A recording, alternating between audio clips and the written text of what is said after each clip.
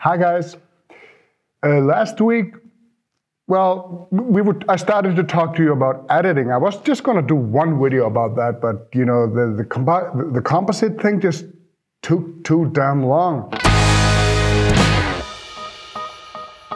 Removing something from your frame, or even adding a little bit to it, you know, not necessarily just like a composite, but for example, if you have a blown out sky a little bit, you know, if you take another sky and just fill the holes, you know, just you know, fix the image a little bit, either with your sky which you have in the same photo, or even another photo. And also with people, you know, we cannot control when we are on a location and there's a lot of people, or even just a few people, but they're in your frame. You know, I did a video about that. Check that out. And then there is, you know, if you need to simplify your frame a little bit, you know, it's a little busy, but you can see, you know, for example, with this photo. Here I am at the ice beach close to the Glacier Lagoon in Iceland, and I have this photo. I like the simplicity. I like, you know, just the one piece of ice. There was a small piece of ice to the left of the frame. It just, you know, interrupted my mojo in that frame, so I just took it out to simplify the composition, and that I do sometimes if I feel it's necessary. People do also. I also sometimes just, you know, when I'm shooting, I just pick up the piece and throw it away, and I see a lot of people doing that, and I see no difference with, you know, throwing the piece away in real life or deleting it in Photoshop. Yeah, it's the same thing. Also with this photo, I really like the guy. You know, he's shooting on the rock at the waterfall. There were more people there, so I cloned them out because I like him alone there. If you ever been in an ice cave recently, in the recent few years in Iceland, you will see that they are usually quite busy. But there are ways to get the shot. Like with this photo, there was a lot of people in this photo, and I mean a lot. There was like a group, there was like a whole bus of people. I cloned them all out. I left one person, you know, standing in the opening of the cave because I do like to show people in my landscape photos for scale, you know, for life. You know, that's, you know, it's just like I see a lot of beautiful landscape photo. There's no life in it, and adding a person sometimes is so nice. Then in this image, maybe that's a little different. This is at the Black Sand Beach in Iceland, and I got this. I really like it. You know, I wasn't really optimistic when I shot because it was a nice sunset, but there were no clouds in the sky and there was nothing happening really. But at the end of the beach, there are these rocks in front of the peaks, Reynistrangar itself, and the ocean was splashing just a little bit over the rocks, as you can see.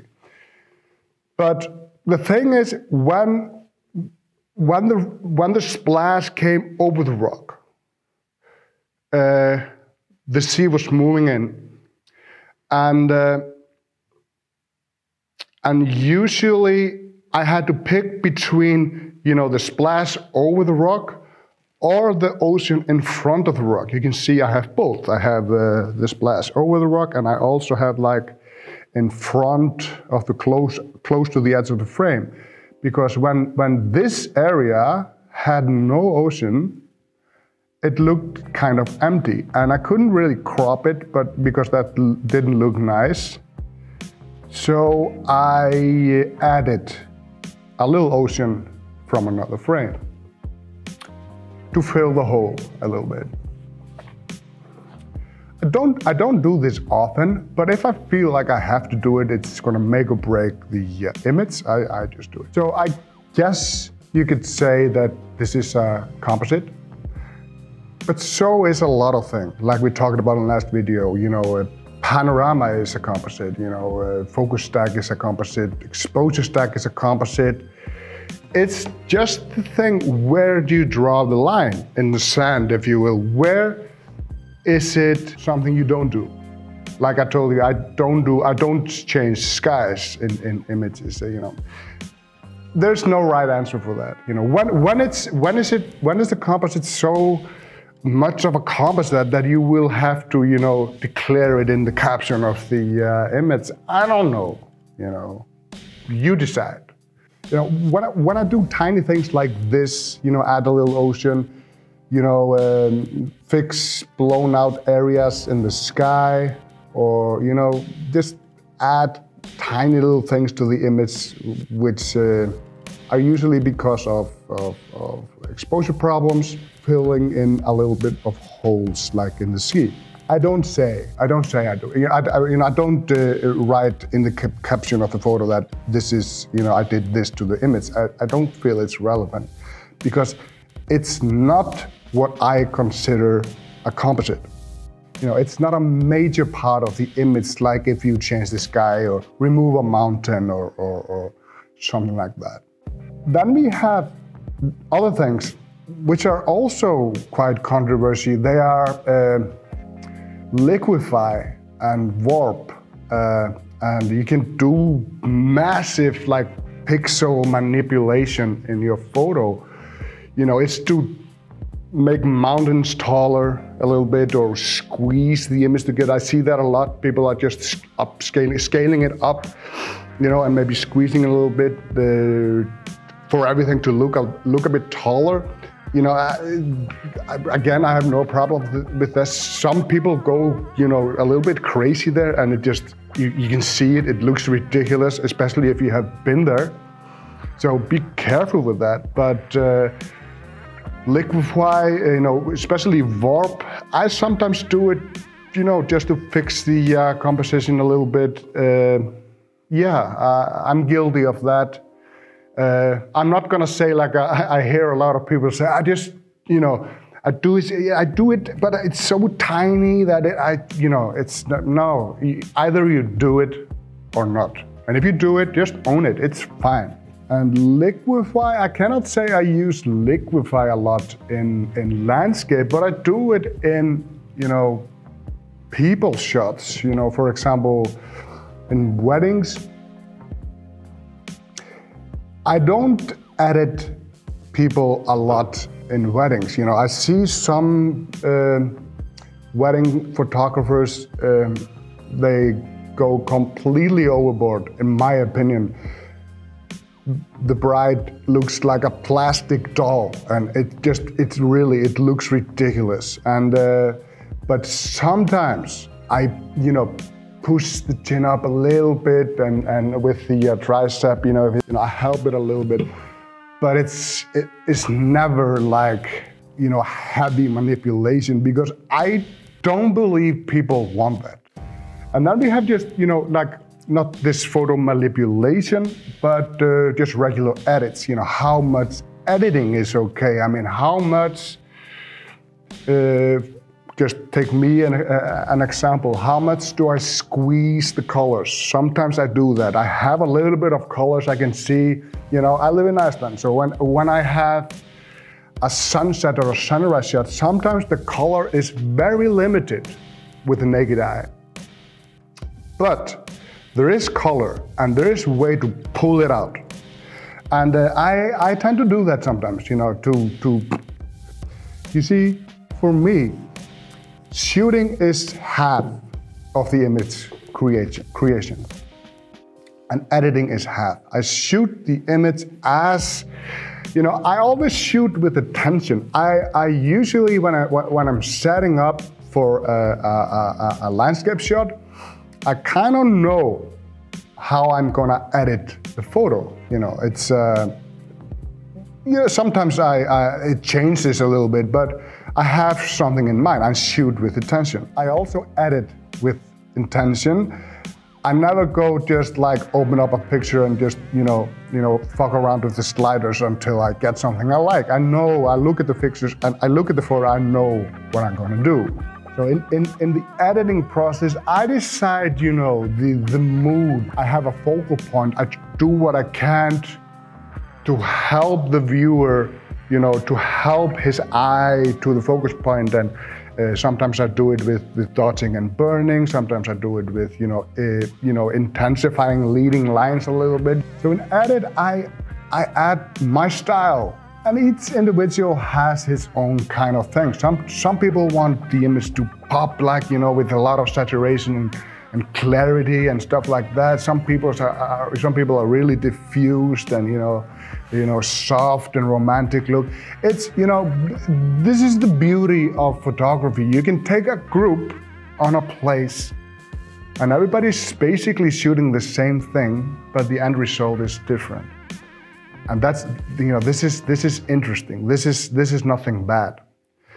And, sometimes I hear it from these purist people that, you should do very little. And I kind of find it funny with them purists. They talk about, you should edit and it should be like how you saw when you were there, how you saw the scene when you were there, but then they convert to black and white. And I'm like, if you're not a dog, this is not what you saw. So that bullshit it doesn't fly. It's like, when is it, are long exposure then bad? Because the eye doesn't see like cotton waterfalls and dragging clouds over like a minutes of clouds movement. The eyes don't see that. It's, there's always room for your vision, your interpretation of each image. And I do that. I edit until my vision is clear. Because my goal is, I try to tell a story with my photos. Sometimes the story isn't really, there's not a lot of meat on the bone, but it's a feeling, if nothing else. Was it cold? Was it warm? Were the waves that are coming, were they dangerous? Is it dramatic? Is it quiet and calm? This is partly done in shooting, but this is a lot, with color balance and stuff like that in editing. So, yeah, architecture is probably heaviest edit I do. There's a lot of cleaning up and, fixing stuff in architecture. And weddings, people photos, I try to make people look nice without making them into plastic dolls. That's disgusting. I find it disgusting. When I see those kind of images, I just puke a little bit in my mouth and just try to swallow it again. I also do a lot of travel photography. Basically, everything I talked about applies for that also. Steve McCurry is, he had his share of problems, criticism with cleaning up photos. Here are two photos which he cleaned up for a stronger composition. It's a tiny edit, really. You can see that on the top left photo there are 3 guys, but on the right there are only 2. And on the lower picture he also took out 1 guy, 1 kid. If it's not photojournalism, does it really matter? Is it not just like the end result or the visual impact it gives to the viewer that really matters? I've done this. I cleaned up photos similar to what you see here, especially if there's like an item, like a red mailbox or something that just grabs the attention. Because here's the thing, when you shoot people, like here in McCurry's photos, these are moments. And these moments are not coming back. You cannot wait for the moment to get better. So in short, there are no rules on what applies, for everyone. You make your own rules and you just do what you want. you know, as we talked about, you know, as long as you're honest about your work, you know, you don't try to lie about it, you don't try to lie to your clients. If you have clients, that's especially nasty, you know. For example, like me, if I would be running a workshop with images which are impossible to catch and not telling them that they are composites, that would be dishonest of me. You know, if I were selling a landscape photo claiming it was a single shot and it's a composite, it's dishonest. And you know, with heavy editing, if you want to edit a lot, that's great. You know, I mean, nobody can say. Look at Ryan Dyer. He's a photographer and a really good one. But what he excels in is editing. His edits are amazing. You should check him out. I think I heard it somewhere that he wanted to be an artist or something, and he just didn't have the talent to paint. So he did photography and he does a heavy edit. Also, if you're one of those minimalists, you know, just edit a little bit, just to, you know, give it a little bit of, you know, take down the highlights a little bit and give it a little contrast. That's also fine, you know, go nuts. So if you were expecting a conclusion, a solid conclusion with this video, sorry to disappoint. I'm very open-minded with this stuff. I do not mind what other people do. The only reason I'm doing this video is because I get asked, for some reason, I get asked a lot about my opinion on editing. So that's it. These are my thoughts on editing. I would love to hear your thoughts in the comment section. If you like these videos I'm making, please subscribe to my channel, like the videos, share them, help me grow my channel. It does inspire me to, you know, continue doing this. Thank you for watching and goodbye.